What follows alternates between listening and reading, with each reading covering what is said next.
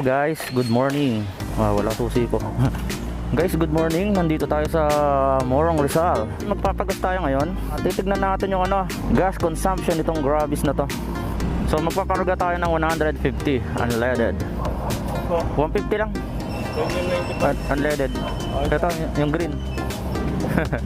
Maraming naliligaw dyan sa ganyan. Bagong labas. Kailan kayo nagbukas dito? Malayo pa kayo sa Pasig. Pero dito lang umuwi sa Morong. Nagpapakarga ako ng Phoenix doon sa Binangonan. Opo. Sa may highway. Oh, tabayanan mo, maapo kasi hindi tulad ng tangke na kaya pa yan, no? Sige, ayos na yan. 3.5, 147. Hindi, di yan. May alcohol ako.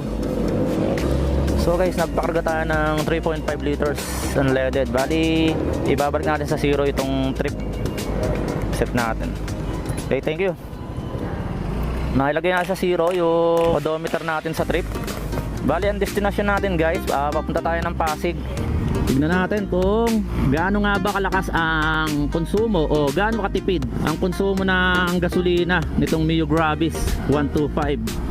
Malayo-layo rin yung natin, biyabiyahin natin siguro mga nasa mahigit 30 kilometers din yung layo mula rito sa amin sa Morong, yung Ortigas sa Pasig. Hindi natin alam kung ano talaga yung eksakto na konsumo niya, pero pagbasihan na lang natin yung kung ilang bar ba ang mawawala kapag nakarating tayo sa pupuntahan natin. Pero nasubukan ko na to yung sa aking tansya lang bali para piso 1 kilometro parang ganun lang yung pag-estimate ko. Kasi hindi naman natin matatansya kung ilang liters nga bang nawawala kada bar nitong bar meter ng gasolina. Pero nakita nyo halos 150, 148 lang ata something nung napakarga natin. Halos mapuno na, pero bago natin palagyan ng gas, nagbliblink na yung niya yung gas meter niya nagbliblink. So indication na kailangan magpagas. So ito tinansya natin, binalik natin sa zero yung trip meter niya para matansya natin. So guys, i-update ko kayo mamaya kung gaano karami ang natanggal o nabawas na bar sa dashboard natin. Bali ilang bar yan? 1, 2, 3, 4, 5, 6 bars siya. Tingnan natin kung ilang bars ang mawawala pag nakarating tayo ng Maynila at ilang kilometro ang itinakbo. So guys, update ko kayo mamaya. So guys, update ko lang po kayo. Nasa Binangonan na tayo. Bali nakaka 5.7 kilometers na tayo. So yung kinarga ko nga lang pala, since nagkaroon ako na FI na motor, simula nung nakakuha natin si Suzuki address 2016, so magpa 5 years na siya. Bali puro unleaded lang talaga ang kinakarga natin doon. Kumbaga parang hindi naman siya, kasi lahat naman ng gasolina talaga, for your information lahat ng gasolina puro unleaded yan. So siguro nakasanayan lang natin tawagin na unleaded, pero hindi tayo nag-pre-premium. Yung mas mababa lang yung octane, 91 lang. So guys, ang laki ng diferensya na presyo ng gasolina rito. Pumapatak na 44 pesos per liter yung gasolina rito sa Binangonan. Kumpara ron sa amin sa Morong, 41 lang ata, 41 something. Parang ganon. So mas malaking katipiran. So nandito tayo sa Binangonan Highway. So guys, yung Phoenix rito, nagpakarga tayo ng Phoenix na gasolina sa Morong, 41 lang, dito nasa 44. So ang laking di ba? Malaking tipid na rin kahit yung 3 pesos na yon. Nakapagparga tayo ng mahigit 2 liters di may save tayo na 6 pesos din. So guys, update ko na lang po kayo ulit regarding sa ating fuel consumption ng Yamaha Mio Gravis 125. So alright guys, time check tayo. 7:15 ng umaga. Umalis tayo ng 6:45 sa Morong. Nandito pa rin tayo sa Binangonan. Malapit na tayo sa boundary ng Angono, Rizal. So nakaka 13 kilometer na tayo. Pero and still 6 bars pa rin yung gasolina natin. Naka-indicate pa rin siya sa full tank. Nakita nyo yung 147 kanina na presyo ng gas. Halos mapuno siya rito sa bukahan na ng lagayan ng gasolina. Nandito na tayo sa parting Angono na. Paglagpas natin ng stoplight, so Angono na siya. Mahaba talaga yung Binangonan guys. Ikukumpara mo sa ibang bayan dito sa Rizal, talagang siya yung natatangi na mahaba. So guys, eto na yung Angono Highway. Pag maaga ka talaga umaalis ng bahay, napakasarap bumiyahe. Kumbaga parang kukunti pa yung mga nakakasabay mong 4 wheels. Pero yung mga motor yan, marami na sila. Marami na kami agad. So in demand talaga yung motorcycle ngayon, lalo na nung nagkaroon ng pandemic. Yan talaga yung number 1 na naging transportation ng tao. Yun, ang daming nagbabike. Sarap magbike pag marami kayo, yung isang grupo. Bonding. Tapos guys, ito nga pala yung Yamaha Angono rito sa may highway. Yan, Manila East Road, Angono, Rizal. Minsan kapag gusto ko talagang unahan ng motor, talagang ipipilit nila. So guys, nandito tayo sa SM Angono, SM Center. Update na lang ulit. Medyo traffic dito sa lugar na to, build up. Kasi iniipon nila yung sasakyan bago ipago eh. Grabe traffic sa Angono. Baytown, Angono. So guys, di natin alam kung bakit sobrang traffic. Awa na natin humataw. Baka malit tayo. Ding dong. So bagong yan kay Ding Dong Dantes ata yan, yung mobile apps na yan. So dumadami na yung mga mobile apps na mga courier like Lalamove, Mr. Speedy, Grab. So yung pioneer ata dyan, di natin alam kung Lalamove or Grab eh. Pero tayo, Lalamove and Grab. Dalawa yung apps natin na ginagamit. Pero wala rin. Hindi na kaya kumita ng pag masipag ka tapos mag-ikot-ikot ka yan. Pero kung ipang sa sideline mo, mahirap na. Dati kaya ko pang maka 500 nung hindi pa binababa yung fare ng pamasahe na Grab tsaka Lalamove. Kasi simula nung pumasok yung Mr. Speedy, mas mababa yung presyo nila. So syempre yung mga customers, yung mga client na gusto makatipid, syempre dun sila sa mas mababa yung fare. So ngayon itong si Grab tsaka si Lala, nagbaba sila ng pamasahe. So kawawa yung mga rider, yung dating sanay kumita ng halos nagpapaldo-paldo sila, kumikita sila ng 1,000 mahigit, wala pang 8 hours. So diba, isipin nyo yun. Pero ang laki ng pinagbago simula nung nagbabaan ng pamasahe ng mobile apps na yan. So siguro isa rin sa dahilan kung bakit naging matumal or dumami yung kasi yung rider. Yung angkas kasi hindi na siya kagaya dati na sobrang lakas. Halos kabababa mo pa lang ng pasahero mo, may pumapasok agad na booking. So ngayon hindi na katulad ng ganon. Hindi na kasi katulad ng dati na mas maraming pasahero.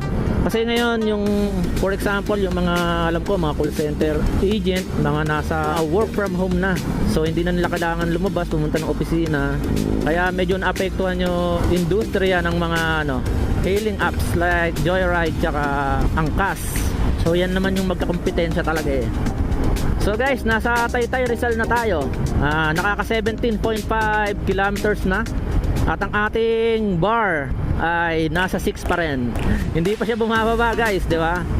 So indikasyon niya na matipid talaga itong Mio gravis natin. Isipin mo yung 147 na gasolina mo, halos malayo-layo na yung mararating mo. So kaya advisable talaga na mga FI yung gamitin na motor pag gagamitin mo sa mga hailing apps, sa mga mobile apps like Angkas, Grab, Lalamove, Mr. Speedy. So this is only a 125cc. Tumatakbo rin naman siya ng mabilis. Kayang tumakbo ng 100 km per hour. Kaya lang, hindi naman natin kailangan mag-drive ng ganung kabilis.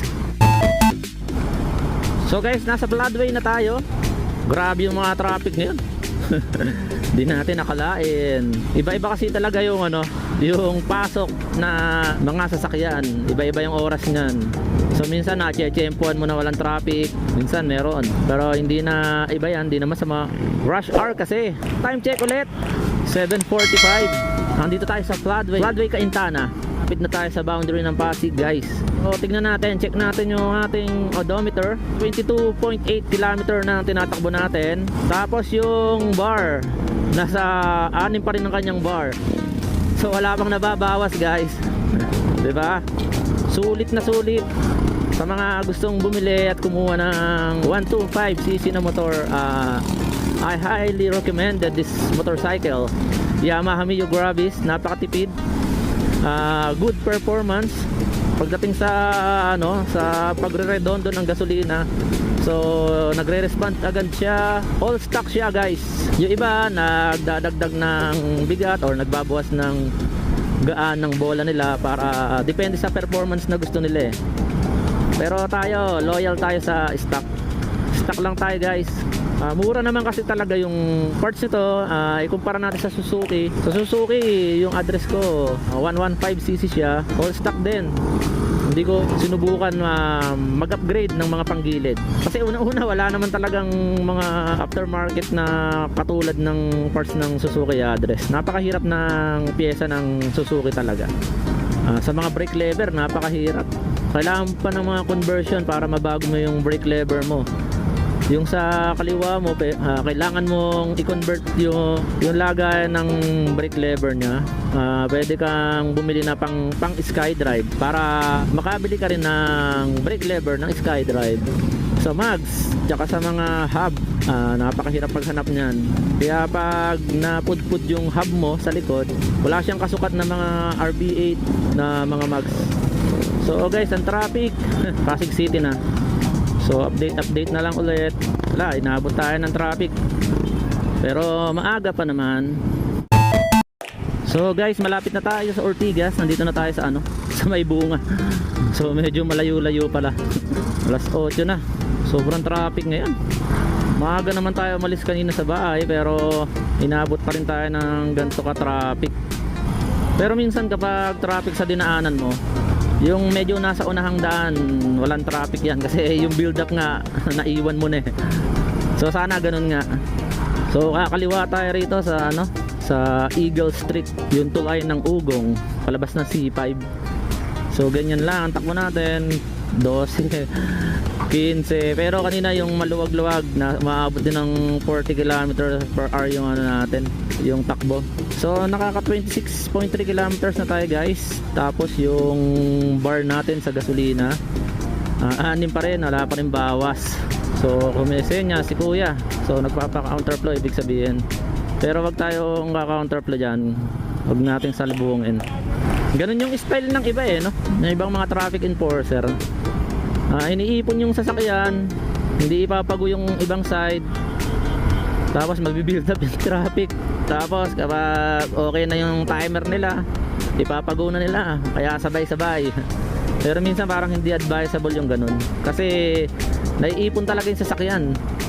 So imbis na nag-flow siya ng ng halos magkasabay yung kabilang lane, kaya lang hindi naman. Pero ito okay lang dyan kasi maliit na kali lang naman ng Dr. Sixto Antonio. Pero yung kanina yung sa Angono, palagay ko ganun ang ginawa eh. Yung halos malaki naman yung daan, pero pinapa-stop nila, tapos iniipon nila, saka sabay-sabay ipapago. So 'di ba, sayang yung yung oras. Paano yung mga nasa likod na pinabot pa rin ng pangalawang stop?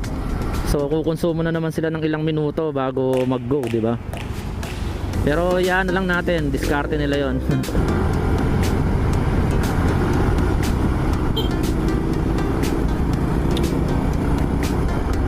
Paano ba 'to?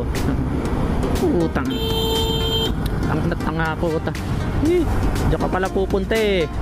Yan yung mga mahirap na umu-overtake yung alanganin eh. Tapos di nila alam yung pupuntahan nila, yung lulusutan nila overpass na, flyover, ganun. Kaya may mga ganung rider. Jendesitas, time check, alas 8 na. Ang time natin sa trabaho 8:30. Meron pa tayong 30 minutes para umataw-hataw ba. Bulibling pa ba. Still recording. Sana walang traffic sa sa Julia Vargas para all the way to Ortigas Center. Yung sino-shortcutan natin sa sa Mercedes Avenue, tapos yung labas natin dito sa may ano bang bridge to. Yung labas mo rin C5, tapos karugtong ng Lanyusa. Wala, traffic na rin doon. Kaya bumalik na tayo sa dating gawi. Ito naman talaga yung dating dinadaanan natin, itong Julia Vargas na to. Kasi dun sa sinasabi kong tulay, sa may galing ka ng Dr. Sixto Antonio, kailangan mong mag-swerving para makakonect ka sa sa Lanyusa Street dito sa Valle Verde. Pero wala, sobrang dami na. Tsaka ano, dati one way lang yun. Ano ba, di ko alam kung Kasiglahan Bridge ba yun. Dati one way yun, ginawa na nilang two way. One way palabas ng C5. Yun, walang traffic. Buti walang traffic rito guys sa Julio Vargas. So hindi pa tayo malilate. Napakasarap na dumaan talaga dito. Diba guys, napakasarap mag-drive kapag yung kalsada, alam mo, flat na flat, tuwid na tuwid, wala siyang lubak-lubak, kumbaga panatag ka. Dati kasi para kang nasa dagat dito pag dumaan ka. Alon-alon ba? Another stoplight, Julio Vargas Corner, Meralco Avenue guys. So tanayan mo na yung Antaw Global dito, One Corporate Center. Yan yung mga ano, yung mga alanganin ng mga liko.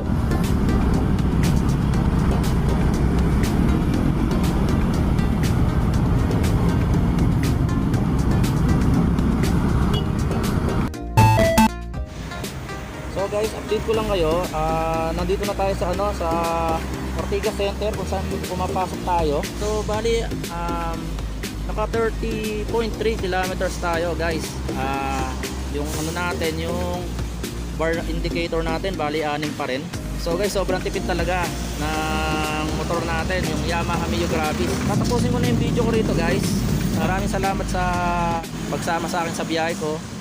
So kung bago ka lang sa channel ko guys, don't forget to subscribe, like and share my video. Muli po pinapaalala ko, lagi po tayong mag-ingat sa ating pag-drive. Hanggang sa muli, Istorya Motovlog, ang inyong lingkod. You like a money man.